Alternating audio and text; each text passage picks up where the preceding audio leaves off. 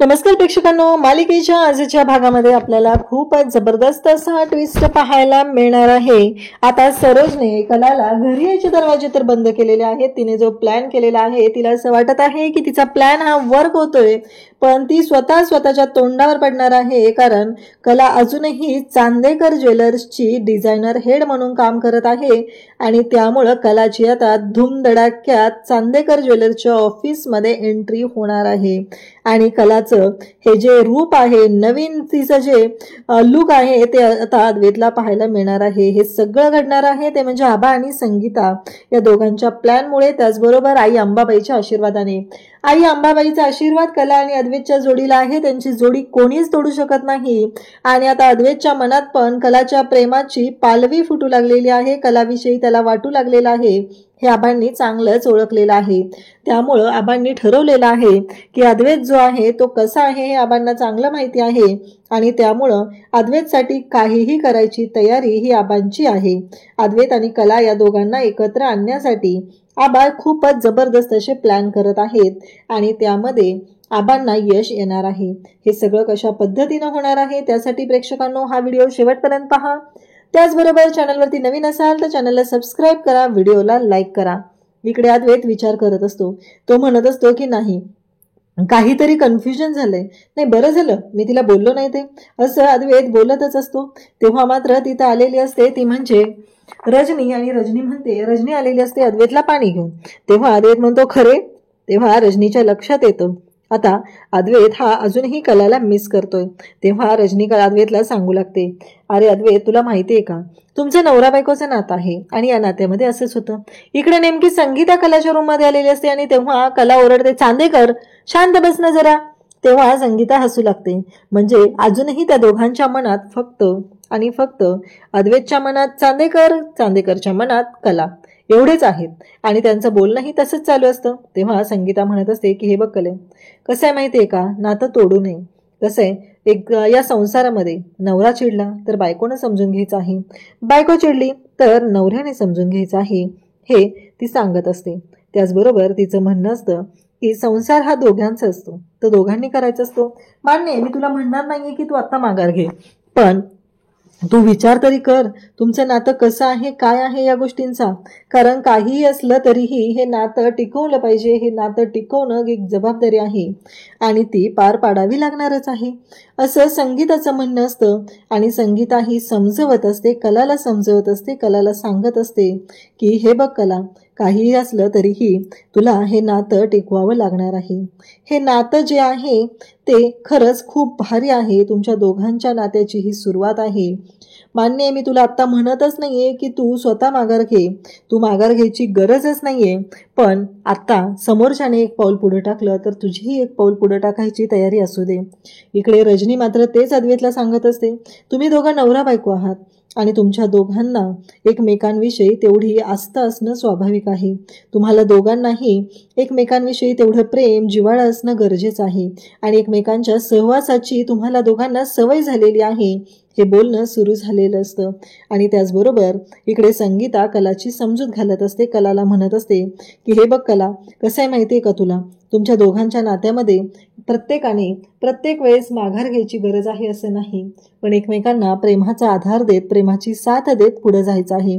कला विचार करत असते, कलालाही वाटत असतं, कलालाही वाटलेलं असतं की चांदेकर तिला नेला आलेला आहे, परंतु इकडे अद्वैतही विचार करत असतो। अद्वैत म्हणत असतो की खरंच रजनी काकी जे सांगते त्यामध्ये पण तथ्य आहे ना, मला खरंच खरेची सवय झाली आहे का, असं अद्वैत विचार करायला लागलेला आहे। आणि त्यासोबतच अद्वैतच्या मनात ते विचार यायला लागलेले असतात। अद्वैत म्हणत असतो की खरंच खरे बोलत होती, खरे मला सांगायला आलेली होती। अद्वैत स्वतःला क्लिअर करत असतो, स्वतः समजून सांगत असतो कशा पद्धतीने गोष्टी आहेत। कला म्हणत असते, मी तयार होते ना जायला, पण चांदेकर मला घ्यायला आला, पण तो काय म्हणत होता प्रत्येक वेळेस, त्याचं एकच म्हणणं होतं की चांदेकरांची सून आहे म्हणून चल, चांदेकरांसाठी चल, हे सगळं त्याचं चाललेलं होतं। आणि त्याचबरोबर कला विचार करू लागलेली आहे, कलाचं असं म्हणणं आहे की आबांना मी कसं काय नकार दिला, मी आबांना नकार द्यायला नको होता, मी आबांशी असं वागायला नको होतं, हे कलाच्या डोक्यात सुरू झालेलं आहे. आणि कला त्या गोष्टींचा विचार करत आहे. आबांना मी आजपर्यंत कधीच दुखवलेलं नाही आणि मग मी आजच का आबांना असं बोलले, असं कलाच्या डोक्यात सुरू आहे. आणि कलाला मात्र वाईट वाटत आहे. कला म्हणत आहे की नाही, माझं चुकलेलं आहे, मी असं वागायला नको होतं, हे कलाच्या डोक्यात सुरू झालेलं असतं. कला विचारच करत आहे की मला बोलायला पाहिजे आबांशी. तेव्हा इकडे अद्वैतच्या डोक्यातही विचार सुरू आहेत. अद्वैतचं डोकं जरा वेगळ्याच बाजूने चालत असतं. अद्वैत ही तोच विचार करत असतो. अद्वैत म्हणत असतो, नाही नाही, क्लिअर झालंय मला काय त्या खरे विषय देणं घेणं नाहीये, मला काय फरक पडत नाहीये तिच्याबद्दल, असं अद्वैत बोलत असतो. अद्वैत म्हणत असतो की मी क्लिअर आहे, नाही नाही, मी जे केलंय ते योग्यच केलेलं आहे, आबांनी सांगितलेलं होतं म्हणूनच मी तिला घ्यायला गेलो होतो, बाकी काही नाहीये, असं अद्वैत बोलत असतो. आणि त्याचबरोबर अद्वैतचं मन काही थाऱ्यावर नसतं. अद्वैतला अजूनही असंच वाटत असतं की नाही, आपण जे करतोय तेच योग्य आहे. पण अद्वैतला कुठं कळतंय की अद्वैतच्या डोक्यात काय सुरू आहे ते. अद्वैतला फक्त त्याचा स्वार्थच दिसत असतो. अद्वैत मात्र त्याच्या स्वार्थाप्रमाणे वागत असतो. इकडे कलाला वाईट वाटत असतं. कला म्हणत असते, मी आबांना कॉल करू का? तेव्हा म्हणते की नाही, नको, आबा झोपले असतील. हा विचार कलाच्या डोक्यात सुरू झालेला असतो. पण कलाला मात्र आबांशी बोलायचं असतं. आबांशी बोलून गोष्टी क्लिअर करायच्या असतात. तिला माहिती असतं की तिचं चुकलेलं नाहीये, पण आबांना त्या गोष्टी सांगायच्या असतात, कारण आबांनी तिला बोलवलेलं असतं. इकडे आबांना पण काही झोप येत नसते. आबा मात्र विचारच करत असतात. आबा म्हणत असतात की कसं मी करू ह्या दोघांच्या संसारामध्ये. एका लेकाचं इथं लग्न झालंय तर दुसऱ्याचं लग्न मोडलंय. त्याच मंडपामध्ये एकाचं लग्न झालं आणि दुसऱ्याचं लग्न मोडून गेलं. ही गोष्ट काही आबांना सहनच होत नसते. आबांना त्या गोष्टीचा त्रास होत असतो. आबांना असं वाटत असतं की नाही, हे अशा पद्धतीनं घडायला नको होतं, असं आबांचं म्हणणं असतं. आबांना वाटत आहे की आत्ता काही झालं तरीही मला चांदेकर म्हणजे माझा अद्वैत जो आहे तो व्यवस्थित असा पाहिजे, असं आबांचं म्हणणं आहे. आबांना वाईट वाटत आहे या कला आणि अद्वैतच्या संसाराबद्दल. आणि मग आबा देवाच्या समोर, आई अंबाबाईच्या समोर प्रार्थना करत आहेत की नाही, माझा अद्वैत जो आहे तो खरंच मनाने खूपच भाबडा आहे. त्याला कळत नाहीये, तो रागाच्या भरात बोलून गेलेला आहे. पण त्या दोघांचा संसार मला पुन्हा पाहायचा आहे, असं आई अंबाबाईकडे अद्वैतसाठी आबा प्रार्थना करत आहेत. त्याचबरोबर तिथं आलेली असते ती म्हणजे रजनी. रजनी म्हणते की आबा एवढा वेळ जागे आहेत, नक्की काय झालं तर नसेल ना, असा विचार रजनी करायला लागलेली असते. आणि तेव्हा मात्र आबा म्हणतात की काय, मला एकट्यालाच फरक पडतोय का, कला घरात नाहीये? नाही, कसं आहे, सरोज, रोहिणी, नैना ह्या सगळ्यांचं ठीक आहे ग, पण रजनी, तुला पण फरक पडत नाहीये काय? मला ना कळतच नाहीये तुमचं, असं म्हणत आबा चिडलेले असतात. तेव्हा रजनी मात्र हसायला सुरुवात करते, कारण रजनीला माहिती आहे की अद्वैतला फरक पडू लागलेला आहे, अद्वैतचं आणि कलाचं नातं सुधारू लागलेलं आहे, हे रजनीला माहिती आहे. आणि म्हणूनच रजनी तिथं आलेली असते. आणि रजनी म्हणत असते की नाही आबा, तसं नाहीये, मला तुम्हाला काहीतरी चांगलं सांगायचंय. आता ना मी अद्वैतच्या रूममध्ये गेले होते पाणी देण्यासाठी, आणि तेव्हा अद्वैत म्हणतो, खरे काय ग सारखे डिस्टर्ब करत असतेस? तेव्हा आबा म्हणतात, खरंच असा बोलला अद्वैत? तेव्हा इकडे सांगत असते ती म्हणजे रजनी म्हणते की हो, अद्वैत असा बोललेला आहे. तेव्हा मात्र इकडे आबा म्हणतात की चला, म्हणजे अद्वैतच्या मनातूनही प्रेमाची पालवी फुटू लागलेली आहे. अद्वैतच्या मनातून येतंय ना, बाद झालं, म्हणजे दोघांच्या नात्याची सुरुवात खूप जबरदस्त अशी होणार आहे, असं आबांनी त्यांच्या मनाशी खुणगाट बांधलेली असते.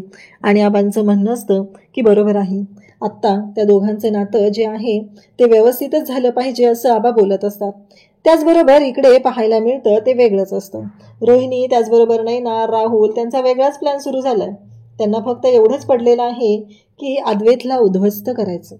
त्यांचं ध्येय एकच आहे, अद्वैत उद्ध्वस्त झाला पाहिजे. त्यांच्या डोक्यात दुसरं काही येत नाहीये. त्यांना फक्त जे करायचं आहे ते करणार आहेत, हे त्यांनी ठरवलेलं असतं. त्यासोबतच राहुल म्हणत असतो की मॉम कसा वाटला प्लॅन? तेव्हा मात्र ती म्हणत असते, हो, आज एकच दिवस होता, आज झाले, पण अजूनही त्या अद्वैतमध्ये तेवढा बदल झालेला नाहीये.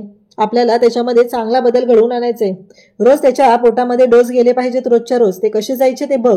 आणि राहिला प्रश्न, नैना, तू तुझ्या नवऱ्याचं खूप कौतुक करत आहेस ना ग, पण मला ना तुला एक गोष्ट सांगायची, एवढं कौतुक नको करू, आणि सगळी जबाबदारी त्यानंच घेतली पाहिजे असं काही नाहीये, तुला पण ते करावं लागणार आहे, असं म्हणत ती नैनालाही सांगू लागते.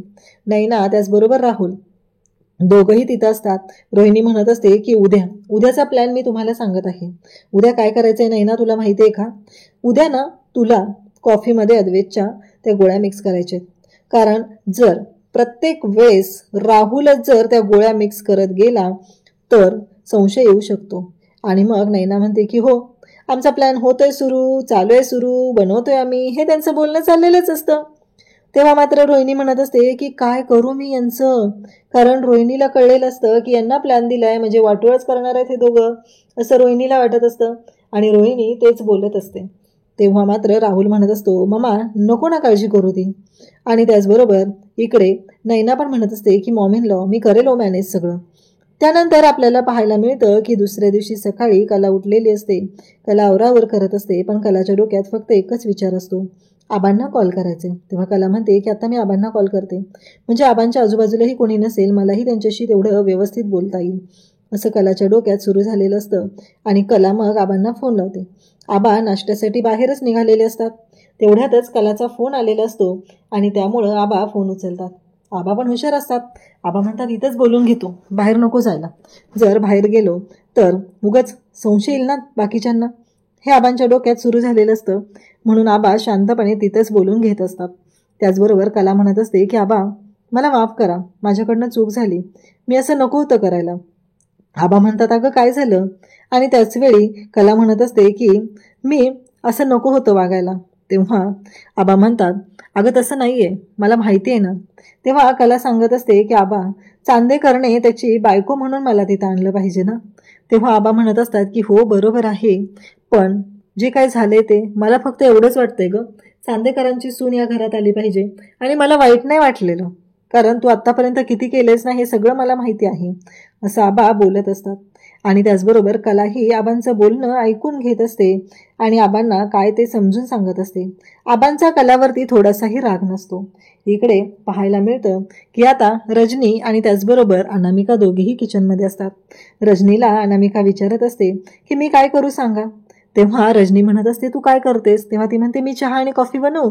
तेव्हा रजनी तिला सांगते की हो, अद्वैत त्याचबरोबर रोहिणी वंश आणि त्याचबरोबर नैना आणि यांच्यासाठी कॉफी बनवायची आहे, आबांना चहा लागतो, असं ती सांगत असते. आता यांची जी गँग आहे त्रिकूट येत असतं जना उतरून, कारण त्यांना अद्वैतच्या कॉफीमध्ये त्या गोळ्या टाकायच्या असतात.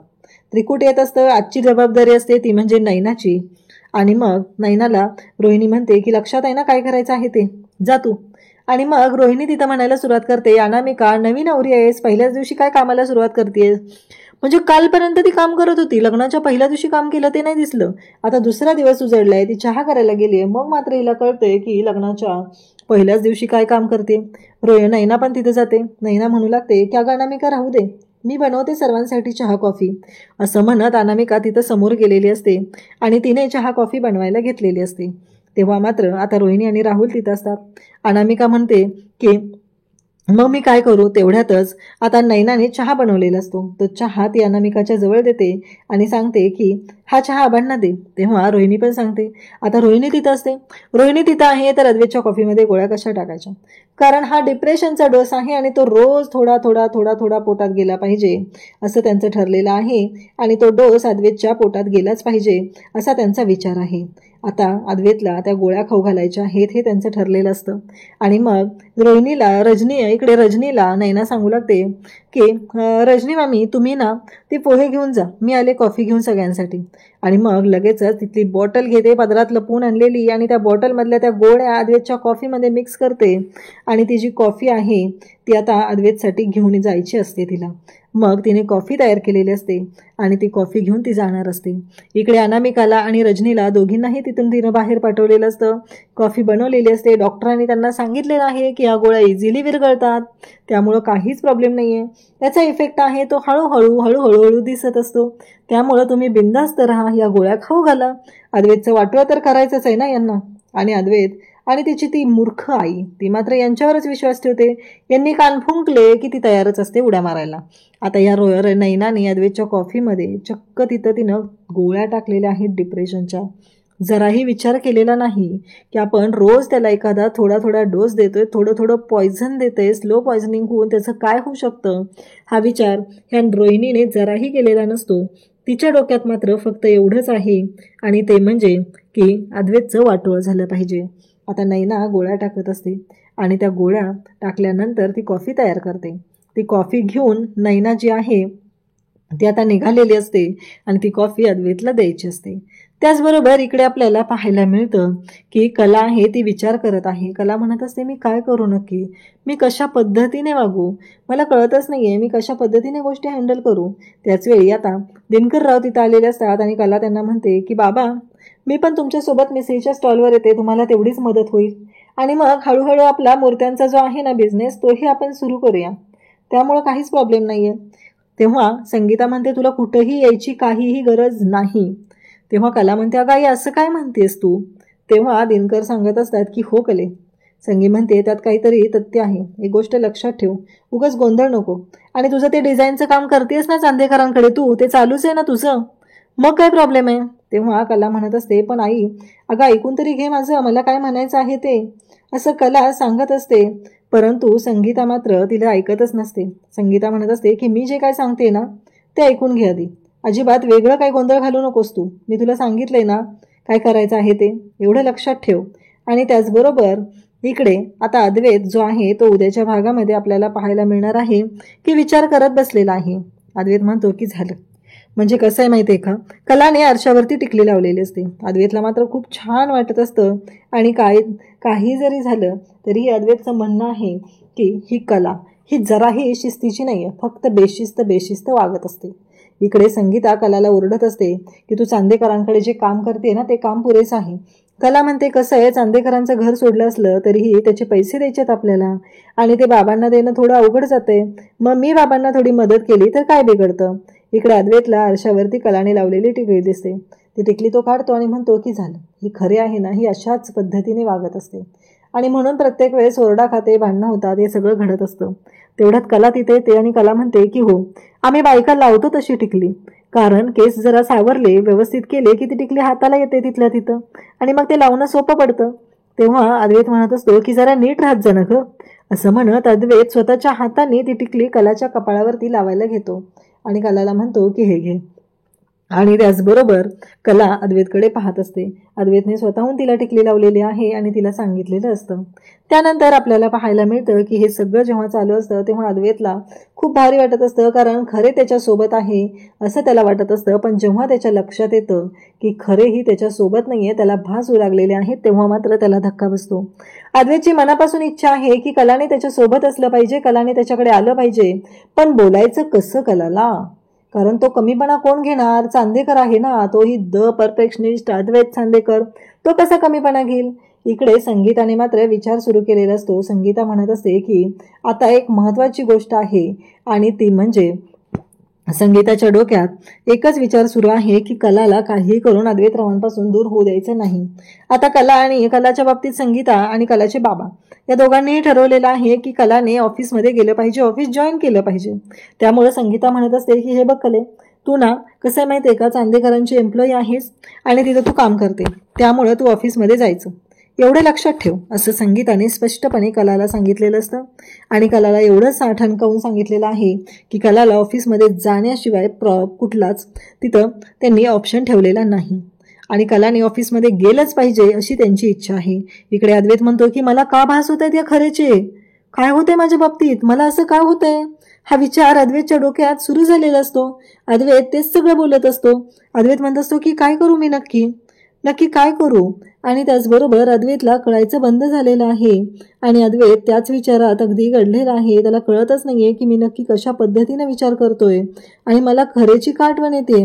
मगाशी काही वेळापूर्वी मी गोष्टी क्लिअर केल्या होत्या आणि आता परत असं का होतंय, हे प्रश्न अद्वैतला पडू लागलेले असतात आणि अद्वैत त्याच विचारांमध्ये असतो. अद्वैत आता कलाला आणण्यासाठी अद्वैत काय प्रयत्न करणार. इकडे अद्वैत जेव्हा कलाला ऑफिसमध्ये पाहिल तेव्हा त्याला कसा धक्का बसणार हे आपल्याला पुढे पाहायला मिळणार आहे. अशाच अपडेटसाठी चॅनलशी कनेक्टेड राहा. थँक्यू.